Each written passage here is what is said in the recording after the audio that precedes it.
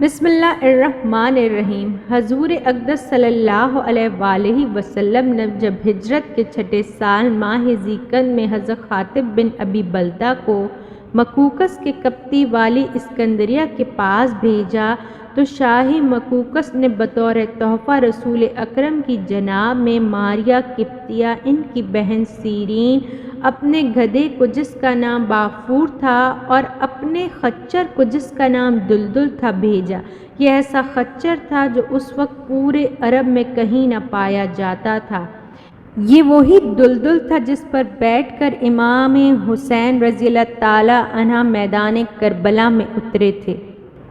رسول اکرم صلی اللہ علیہ وآلہ وسلم نے ماریہ قبطیہ اور ان کی بہن کو ام سلیم کے ہاں ٹھہرایا اور پھر ان کے پاس آ کر دونوں بیویوں پر اسلام پیش کیا اور وہ دونوں مسلمان ہو گئیں۔ نبی کریم صلی اللہ علیہ وآلہ وسلم نے دونوں بہنوں کو ایک ساتھ اپنی غلامی میں جمع کرنا پسند نہ فرمایا اور ان دونوں میں سے کسی ایک کے انتخاب کے لیے بارگاہ الہی میں دعا کی، اے اللہ اپنے نبی کے لیے ایک کو منتخب فرما۔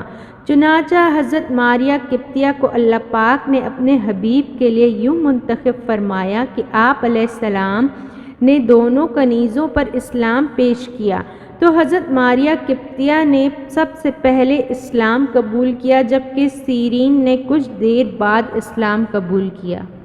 پھر حضرت سیرین رضی اللہ تعالی عنہ کو آپ صلی اللہ علیہ وآلہ وسلم نے حضرت حسان بن ثابت رضی اللہ تعالی عنہ کو ہبہ کر دیا۔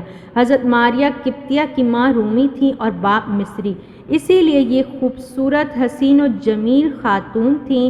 حضور اکرم صلی اللہ علیہ وآلہ وسلم ماریہ قبطیہ رضی اللہ تعالی عنہ کو بہت پسند فرماتے تھے۔ آپ رضی اللہ تعالی عنہ پر کرم نوازی فرماتے ہوئے علیحدہ مکان عطا فرمایا۔ آپ صلی اللہ علیہ وآلہ وسلم مختلف اوقات میں آپ رضی اللہ تعالی عنہ کے پاس تشریف لے جایا کرتے تھے۔ ذوالحجہ 8 ہجری میں انہی سے شہزادہ رسول سیدنا ابراہیم رضی اللہ تعالی عنہ کی ولادت ہوئی۔ حضرت ابراہیم رضی اللہ تعالی عنہ کی دائی رسول اکرم صلی اللہ علیہ وآلہ وسلم کی آزاد کردہ لونڈی سلمہ تھیں۔ جب حضرت ابراہیم رضی اللہ تعالی عنہ کی پیدائش ہوئی تو آپ دوڑتی ہوئی خوشخبری لے کر اپنے شوہر ابو رافع رضی اللہ تعالی عنہ کے پاس آئیں، جو کہ حضور اقدس صلی اللہ علیہ وآلہ وسلم کے آزاد کردہ غلام تھے۔ ابو رافع نے جیسے ہی یہ خوشخبری سنی تو دوڑتے ہوئے مدینہ آ کر رسول اکرم صلی اللہ علیہ وآلہ وسلم کو بیٹے کی خوشخبری سنائی۔ یہ خوشخبری سن کر انعام کے طور پر حضرت ابو رافع رضی اللہ تعالی عنہ کو ایک غلام نبی پاک صلی اللہ علیہ وآلہ وسلم نے بطور تحفہ عطا فرمایا۔ اس کے بعد فوراً ہی حضرت جبرائیل علیہ السلام نازل ہوئے اور آپ صلی اللہ علیہ وآلہ وسلم کو یا ابا ابراہیم کہہ کر پکارا۔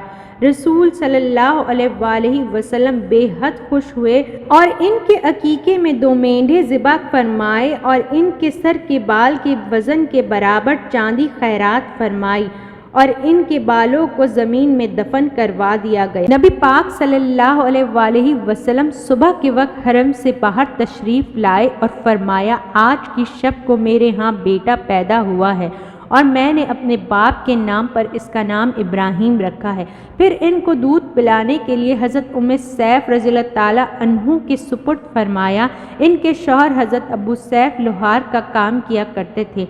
آپ صلی اللہ علیہ وآلہ وسلم کو حضرت ابراہیم رضی اللہ تعالی عنہ سے بہت زیادہ محبت تھی اور کبھی کبھی آپ ان کو دیکھنے کے لیے تشریف لے جایا کرتے تھے اور انہیں پیار کیا کرتے تھے اور سینے سے لگایا کرتے تھے۔ حضرت انس رضی اللہ تعالی عنہ فرماتے ہیں کہ میں نے رسول اللہ صلی اللہ علیہ وآلہ وسلم سے بڑھ کر کسی کو اہل و عیال پر مہربان نہیں پایا۔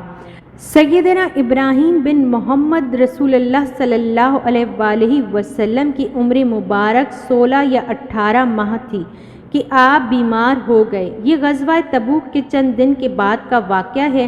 حضرت عبداللہ بن رحمان بن عوف رضی اللہ تعالی عنہ فرماتے ہیں، رسول اکرم صلی اللہ علیہ وآلہ وسلم نے ایک دن میرا ہاتھ تھاما اور اس نخلستان کی طرف چل دیے جس طرف آپ کے شہزادے سیدنا ابراہیم علیہ السلام رہتے تھے، اور ہم وہاں پہنچے تو دیکھا کہ سیدنا ابراہیم رضی اللہ تعالیٰ عنہ کا دم نکل رہا تھا۔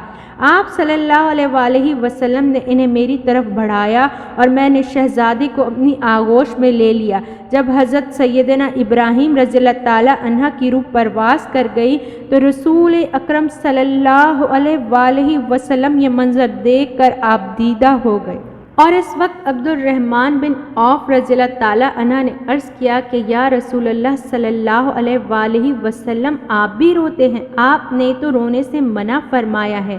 آپ صلی اللہ علیہ وآلہ وسلم نے ارشاد فرمایا کہ اے عوف کے بیٹے، یہ میرا رونا ایک شفقت کا رونا ہے۔ میں نے تو اس رونے سے منع فرمایا ہے جو گریبان پھاڑے نوحے کرے۔ میں نے اس احمقانہ فاجرانہ رونے کی ممانعت کی ہے۔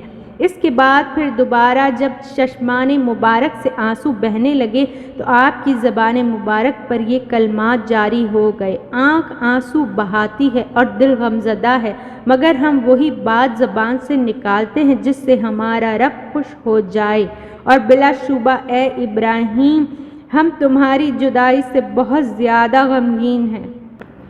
جس دن حضرت ابراہیم رضی اللہ تعالیٰ عنہ کا انتقال ہوا، اتفاق سے اسی دن سورج گرہن لگا۔ عربوں کے دلوں میں زمانہ جاہلیت کا یہ عقیدہ جمع ہوا تھا کہ کسی بڑے آدمی کی موت سے چاند اور سورج گرہن لگتا ہے۔